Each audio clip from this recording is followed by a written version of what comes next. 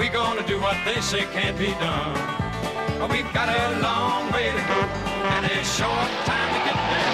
I'm westbound, just watch old Bandit run. I classify it as a rainy day, Saturday afternoon movie. Sorry, I don't want to get married. It's a little like Chinese food. About an hour after you see the movie, you may want to go see another one. It makes you feel good, you know? It's a little like sex.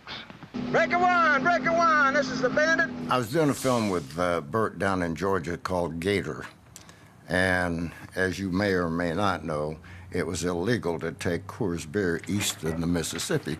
You know, trucking Coors beer east of Texas is bootlegging. Driver captain put some on beer on the truck here in L.A., took it down there, got down there, and he said, hey, I got some Coors, and I'll drop a couple in your apartment. I said, all right. And it kept disappearing, and I kept putting more in. Kept disappearing. I said, it's got to be somebody, it's got to be an inside job. So I set a trap, and I caught the maid. And I went and I said, look, why are you stealing Coors beer? And she said, oh, you can't get Coors beer around here. Tell the folks to send the bill to Big Enos Burdette.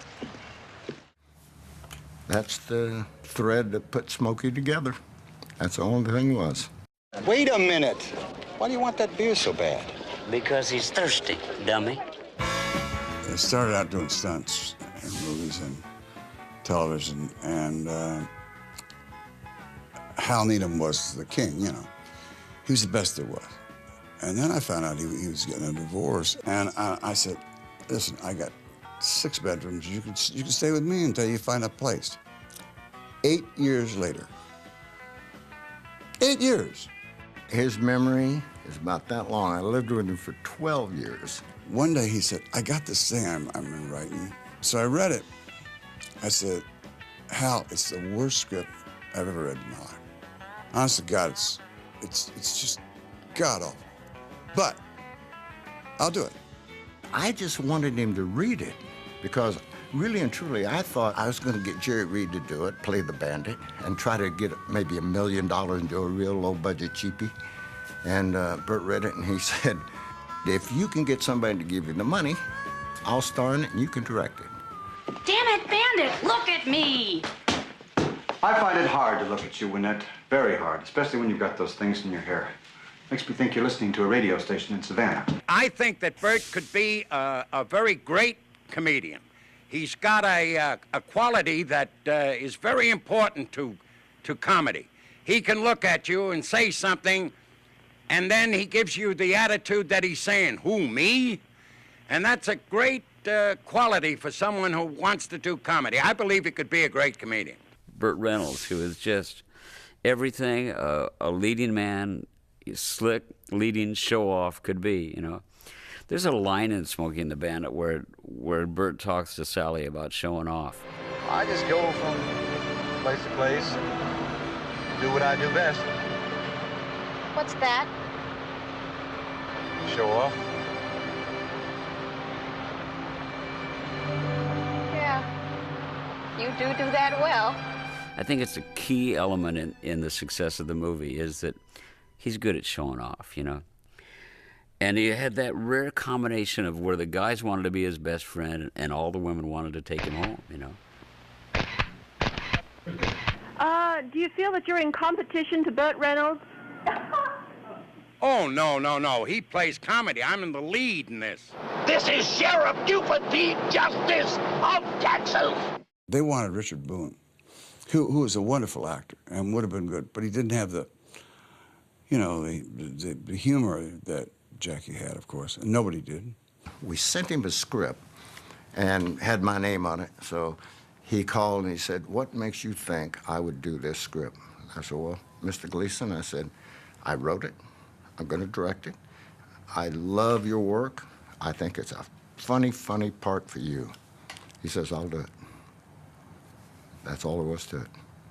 The addition of Jackie Gleason to the cast as Sheriff Buford T. Justice just about set the whole mood of the picture. Let me have a Diablo sandwich of Dr. Pepper. Make it fast. I'm in a goddamn hurry. 80% of what he said came right out of his head. Where's the can? I gotta get the squirt. Right back there. Just one. When he told his son to put the evidence in the car, Put the evidence in the back. when Gleason gets to the car, he goes and he says, There's no way that you could come from my loins. Soon as I get home, the first thing I'm gonna do is punch your mama in the mouth. that's all his. That's all his. Well, I was just wondering what you based your character on. Do you know any police officers like that man? You're not going to get me to say I know any police officers like that. Whoops. He said, your dad's a cop, ain't he? And I said, my dad is so cop, he's, you know, he bleeds cop, you know. And all my life, he said, some bitch. And I told Jackie, and Jackie said, did he say some bitch? I said, yeah, he always says some bitch. He don't say son of a bitch. And I said, no, he says some bitch. And so Jackie said some bitch in the picture. Where are you, you some bitch? And it became like part of the Southern lexicon. I mean, now you hear some bitch all the time. You some bitch. Don't you cuss on this here radio. I apologize to all the friendly folk who are listening. Well, what are we going to do when we get home? Go to bed. For a week. Good idea. And sleep. Want a bed? They were going through all kinds of casting things, and I said, I want Sally Field, and they said, Sally Field in Sexy. I said, really? Nice ass. Thanks a lot. Thanks a lot. Talent is sexy. Her talent, she's so talented, makes her sexy, you know? Oh, cowboys love fat calves. They're not fat. They're bigger than mine. Do we really want to talk about legs? Well, one of us does. She was afraid of it, you know? She said, there's no script here. I said, yeah, I know. I said, we just, you know, wing it. And she said, well, I'm not from that school, improv. I said, trust me. Those famous words. Trust me. Does this thing move? Oh, yeah.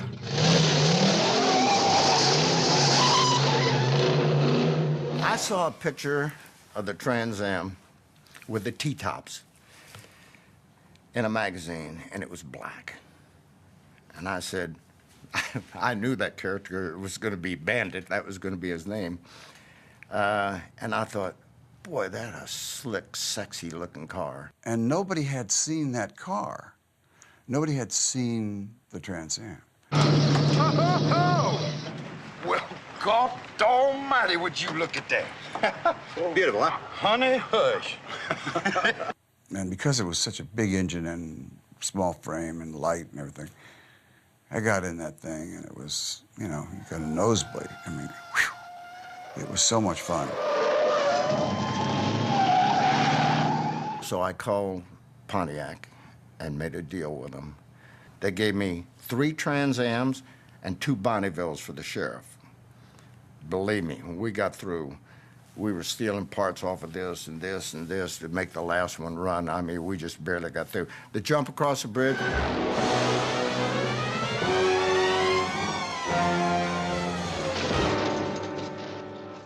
Wipe that one off, it's gone. All we just scavenged parts off of that thing.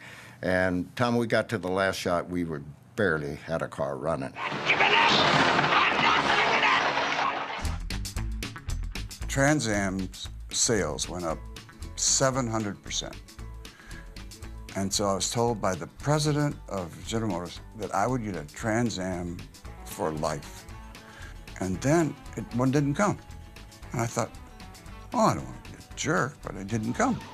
I called up, I said, excuse me, this is Burt Reynolds, and I guess there's been some kind of mix-up. The Trans Am didn't, maybe it went to the wrong place. And they said, no, you don't understand.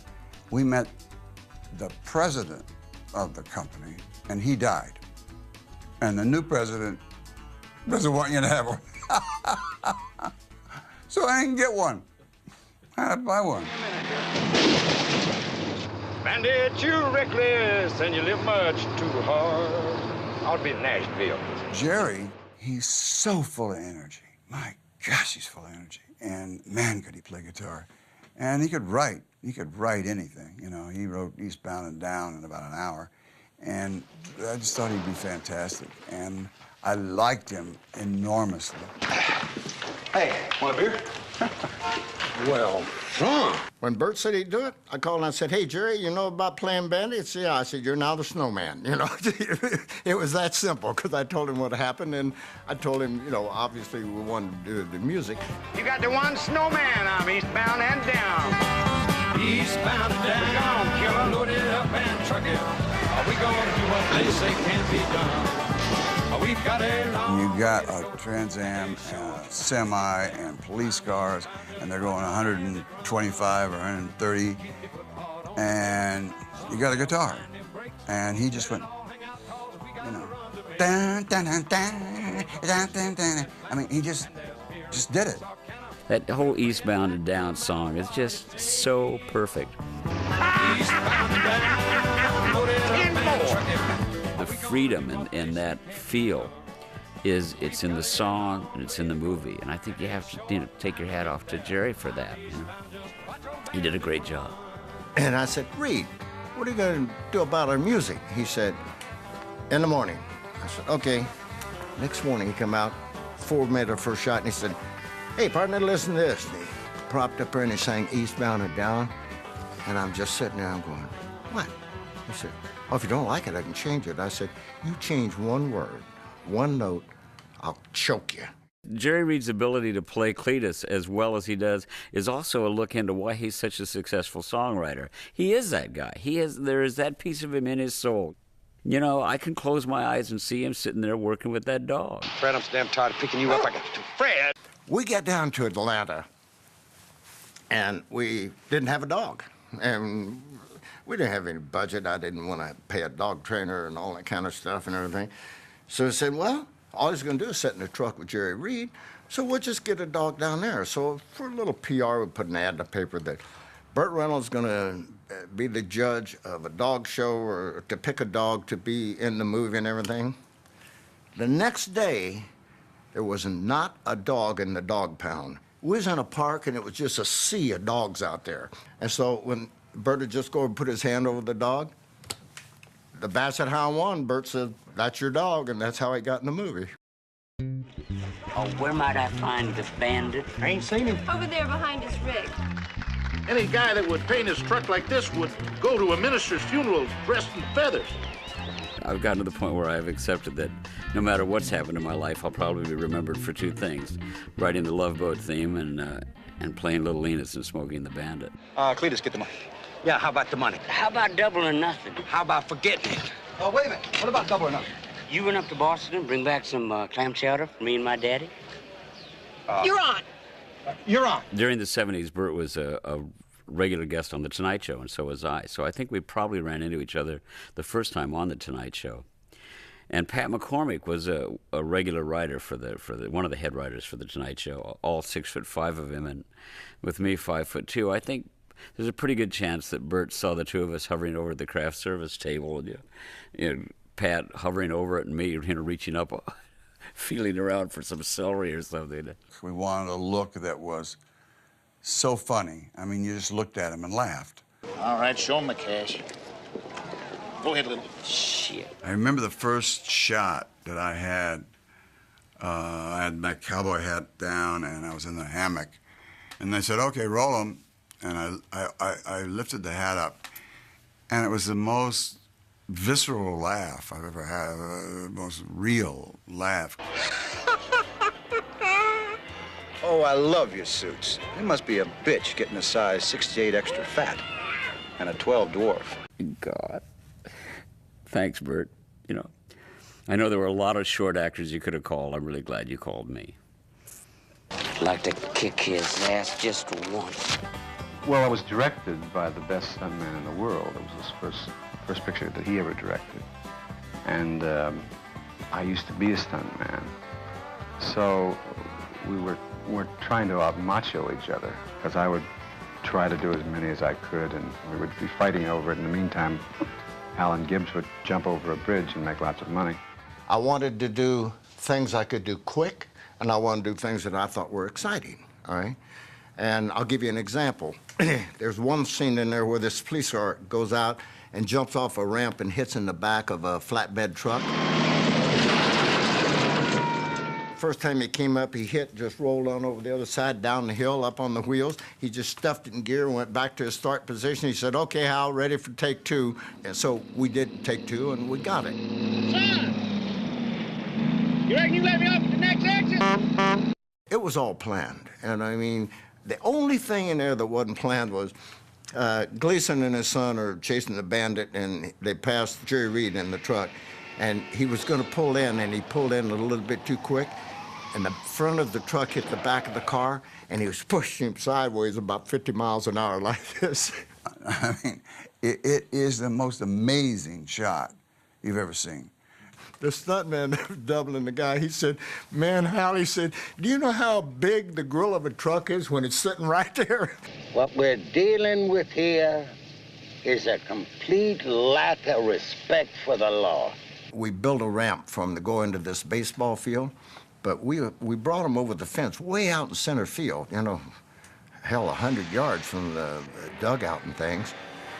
One thing, me and all of the stunt guys I had with me had not thought of, we were going to land on grass. Just like being on ice. The kids on the field were okay. They were getting out of the way. But as they start getting closer to that dugout, I'm going, oh my God. The kids all said, "Can we do it again? Can we do it again?" And the mothers were saying, "Boy, that sure was close. I didn't realize y'all did it that close." And we went, "Yeah, well, we like to keep it, you know, pretty close." And thank God the fathers weren't there. Otherwise, we'd all got the hell beat out of us. Burt has a love affair with the audience. I mean, people like Burt Reynolds, all right? The audience likes Burt Reynolds. I pulled in behind the John, and the cop went by, and I pulled ahead a little bit more. I told him ahead time, I said, "You start easing forward, and I'll tell you when to stop. And when I tell you to stop, you can be right across from the camera, then just look at it and smile and drive out." Right in the lens went. And then drove off. And everybody laughed. The crew laughed, everybody laughed. And I backed up because I figured we were going to do another one. And Hal said, "That's it." And I went, "Boy, you got some cojones, man. I mean, that's breaking the fourth wall, you know." He went, "And Hal, you got to know Hal." "The what?" He didn't know from the fourth wall. Matter of fact, I don't think Burt wanted to do it, but he did, and I thought it worked like a charm. I mean, you know what he's doing? He's saying, "Look at all the fun we're having," you know. Up. Now just kind of slide right. Oh, you got my hair. All right. Just slide right in Ooh, it. I don't know. Wait. I got it. Wait. I got it. Wait. Whoa. Wait a minute. It was a hot movie, and for very little money. I was in New York with Sally when the picture opened, and they were going to only open the movie in the South. It went right through the roof. Now they take the PR of what a great movie it is and how much fun it is and everything, send it to New York, and it becomes a major hit in New York and San Francisco and Philadelphia, all over the country. It's a piece of Americana, and I'm really proud to have been a part of it. It's become a classic. I don't give a damn what anybody says. It's become a classic. Billy Bob Thornton said, "You know, down south, we consider Smokey the Bandit a documentary." Bye-bye. No hard feelings, Junior! I'm not giving up. I'm not giving up. Eastbound and down, loaded up and trucking. Are we gonna do what they say can't be done? We've got a long way to go and a short time to get there. I'm eastbound, just watch no bandit run.